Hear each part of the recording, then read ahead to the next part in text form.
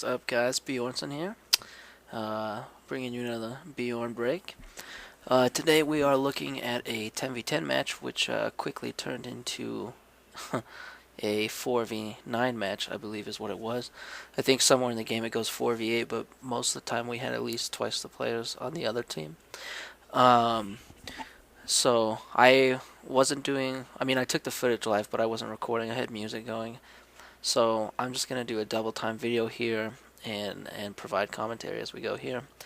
So you'll notice here with 4 players against the 9, we had a huge point lead early on, or points available early on. So I just brought in my T80s, T80Us especially.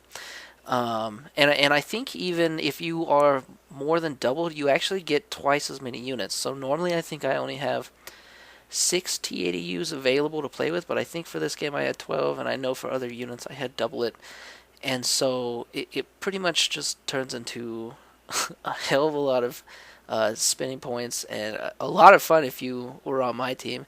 And I've actually since done like a 5v9 also, and it wasn't double the team, so you didn't get double the units to play with, but you did get quite a few units, and just it's just there's just so much shit happening. It's a really quite a good time. So you can see here I moved up. Oh, what is this, Jot? Maybe I think this is Jot. I moved straight here. I started on the bottom left. I just went up here and held this, and I put a bunch of anti-air everywhere. Keep refueling trucks going, and that's another thing. I had like 30 refueling trucks, so that never really turned into an issue here. But I had some infantry. You can see they're kind of flashing right there. I had some infantry that was there to take down the air. I had some helicopters that would bomb because I didn't even let him get any anti-air here, so I was able to play with them most of the time.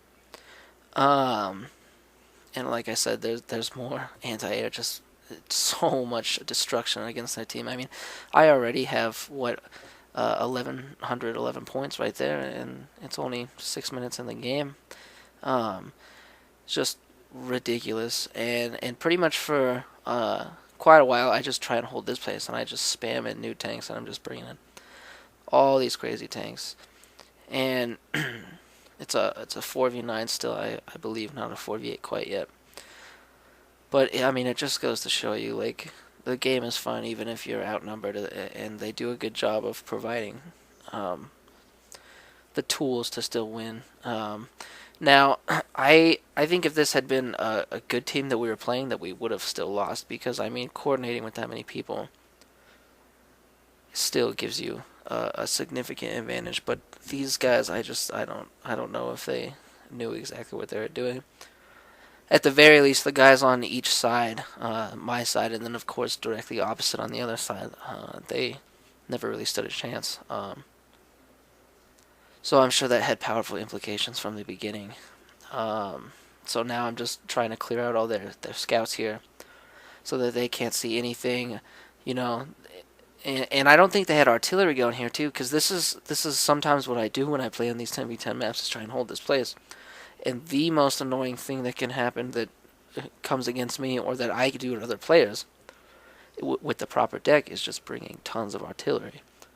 And depending on the artillery you have, you might just stun a bunch of people, but you can certainly get a couple kills if you know what you're doing. And it's very annoying if you've got a lot of infantry trying to back up all your mechanized units. So you can see us just going in here, and like I said, his anti-air is not that great. We keep sending in anti-radar, just taking them out one by one. He's got quite a few tanks here, you can see, and he's also got quite a few just vehicles that we go in here and slowly destroy. I send in bombers, and you can see these planes down here. I normally only have 3 bombers, 1 radar guy, and then 1 anti-plane guy, or anti-radar, excuse me, and anti-plane. And for this, I had 6 bombers, the 2 anti-raiders, and the 2 anti-planes. So it must be if you get more than doubled up, that you get double the units, which I guess is fair. Because if I hadn't been able to hold this place, then all these points that I'm getting, I wouldn't have been getting anyway. So the game probably easily would have turned in their favor. But you can see I've just got tanks here. They're grouped up right now, which is okay because I'm not getting hit with artillery. Obviously, if these guys were using artillery, I would suggest that you split your units off and just kind of randomly place them all over the place. Just make sure that they're up forward enough so that any time that he brings a unit over the top of the hill, they can get hit instantly. And yeah, I'm seeing over here. So actually, this is Jot over here. So I don't remember what the zone is I have, but Jot's over here, and I can see quite a bit of anti-air. So I am suggesting that we start making quite a few anti-radar moves there. Oh, boom. See, I mean, that guy just got hit by so many units right there. That's ridiculous. And you keep a couple, if you keep a couple fuel trucks right there, you know, they never run out of ammo. I also put infantry over here. I put infantry that acts as a recon so I can see everything happening. I put infantry that acts as anti-infantry, so if they try to bring infantry over there, I'll be okay. And then, of course, I've got anti-air infantry to help back up my other anti-air supports. And you put 2 fuel trucks next to them, and they'll last pretty much the whole game, especially since I wasn't encountering that much here. Now I did notice that he tried to come in and get the back door, and he did end up taking my base right here, which is okay because I had my command unit hidden pretty well. Actually, I think I don't even have my command on Sheraton. I have my command moved out, but this other guy held it well. I came in, I bombed him a bunch. I came with a ton of tanks, and I just solidified my power here. Just moving in over here. Pretty awesome to witness, actually.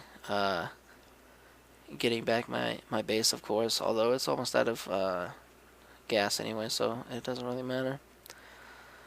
I do believe I sent in units over here just to start help pushing on Leonid, because obviously where I'm going, I don't want to push down because I know he's got a ton of units on the other side. I don't want to give him free points. At the same time, I don't want to leave them. I don't want to move those units away from there, because if he does push, I want to be able to take him out instantly.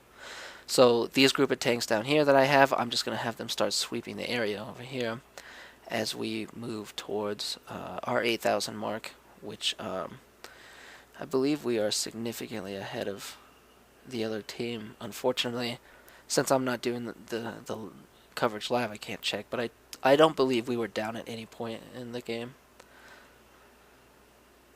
And of course, you see, whenever I get the opportunity, I send in anti-radar because they're very effective planes. The first, I don't know, 15 hours I played this game, I didn't even know that those sort of planes existed, and they can certainly turn the battlefield if you have a couple annoying anti-air that you can't quite deal with.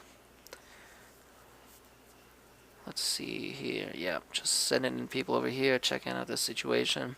You could see Leonid is actually neutral right now, so he's gonna move in, my ally, and then I'm sending stuff over here. Free points coming my way there. Free points here. I could have taken those field trucks. I believe they were even my field trucks to begin with. But, you know, there's more points. And I've got an arsenal of 20 other field trucks waiting to come in. So I found it better to go ahead and use all those field trucks. And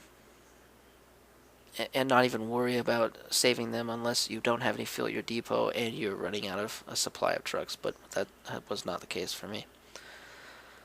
So take out all these units, tons of free points there. You can see I'm up to 27, but even other allies of mine are higher than that. I did have the lead significantly at the beginning of the game, but that's it slowed down a lot because I played more defensively on my side. And as you can see, I only have those couple tanks going. Let's see, moving them back. I need to get some recon out on that BTR-80. And then without artillery in this deck, you know, I can't really push towards Jacob without going ahead and sending all these people. So, but at some point I do believe I do that. Boom, boom, boom. So awesome to watch. Yeah, so I do know there's a significant number of tanks over there and shit waiting for me. But I also see that push going up there, so my only purpose here is really to defend and make sure that I don't lose too many points. Because you can be as offensive as you want in the game, and you can get quite a few points, but if you're giving up more points than you're getting, then you're hurting your team. So that is just beautiful to watch. And then sending in all my bombers right there. Boom, boom, boom, boom, boom. I love it. Of course, I sent in some helicopters over here. I thought I could help clean up some of that artillery. What I found was hidden in that little objective point to the right there. Nick, maybe? I can't quite get it out right now. They did have some anti-air set up, so I ended up losing 3 helicopters pretty easily. Pretty much a waste of those helicopters because they're pretty good units. So, like I said, giving away free points never helps your team. Doesn't matter if you have 10,000 points on the right if you gave away 9,000, because, I mean, I guess that's still a win, but it's a heavy hurt. So, more fuel trucks. Take out his fuel trucks. Like I said, I've got plenty. Right now, I'm just trying to get the points. Every point counts. We're within 2,000 now. We're at 1,800, or 18,000, sorry. So, at this point, I believe it gets to the point where, contrary to what I just said, I am just going to go ahead and start moving out to kill everything that I can, because as long as I can get my 1,500 points, 1,400 points, 1,350 now, as long as I can get those before the other team hits 20,000, then it's still going to be a W, which is ultimately what we want in the game, right? Moving those tanks, they all get destroyed. Those Abrams are fairly strong, but it also helps that he's got complete military might on that side. You can see my plane went down, which doesn't really happen because they're usually pretty good planes.